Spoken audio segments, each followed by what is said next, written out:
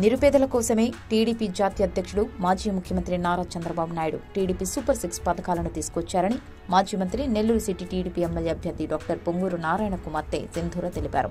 ఎన్నికల ప్రచారంలో భాగంగా ఆమె నెల్లూరు సిటీ 47వ డివిజన్ విజయమహల్ గేట్ సెంటర్ తదితర ప్రాంతాల్లో ఇంటింటా ఎన్నికల ప్రచారం నిర్వహించారు. తెలుగుదేశం పార్టీ విజయం సాధించాలని ప్రతి ఒక్కరూ ఎంతో కృషి చేస్తున్నారని నాయకుల్ని, కార్యకర్తల్ని, మహిళా శక్తి టీంని ప్రశంసించారు.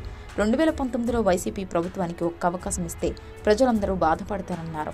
వైసీపీ ప్రభుత్వంలో ఇంట్లో ఎంతమంది పిల్లలున్నా ఒక పిల్లాడికి మాత్రమే 15,000 రూపాయలు ఇస్తున్నారని, టీడీపీ ప్రభుత్వం వస్తే ఇంట్లో ఎంతమంది పిల్లలున్నా వారందరికీ 15,000 రూపాయలు చొప్పున చదువుకునేందుకు ఇస్తుందన్నారు.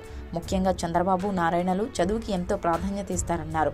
అదేవిధంగా 18 ఏళ్ల నుంచి 60 ఏళ్ల మహిళలకు నెలకి 1,500 రూపాయల వంతున ఇస్తామని చంద్రబాబు హామీ ఇచ్చారన్నారు.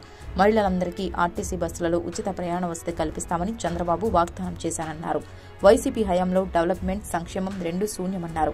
ఏవేవో కుంటి సాకులు చెప్పి వృద్ధుల పింఛన్లను వైసీపీ ప్రభుత్వం కట్ చేసిందని మండిపడ్డారు. 2014 నుంచి 2019 వరకు చంద్రబాబు నాయుడు రాష్ట్రానికి ఎన్నో పరిశ్రమలు తీసుకొచ్చారని, ఎంతో మంది యువతకు ఉద్యోగాలు కల్పించారని గుర్తు చేశారు. రాబోయే ఎన్నికల్లో చంద్రబాబును మళ్లీ సీఎంని చేస్తే నెల్లూరు సిటీ దశ తిరుగుతుందన్నారు డాక్టర్ సింధూర.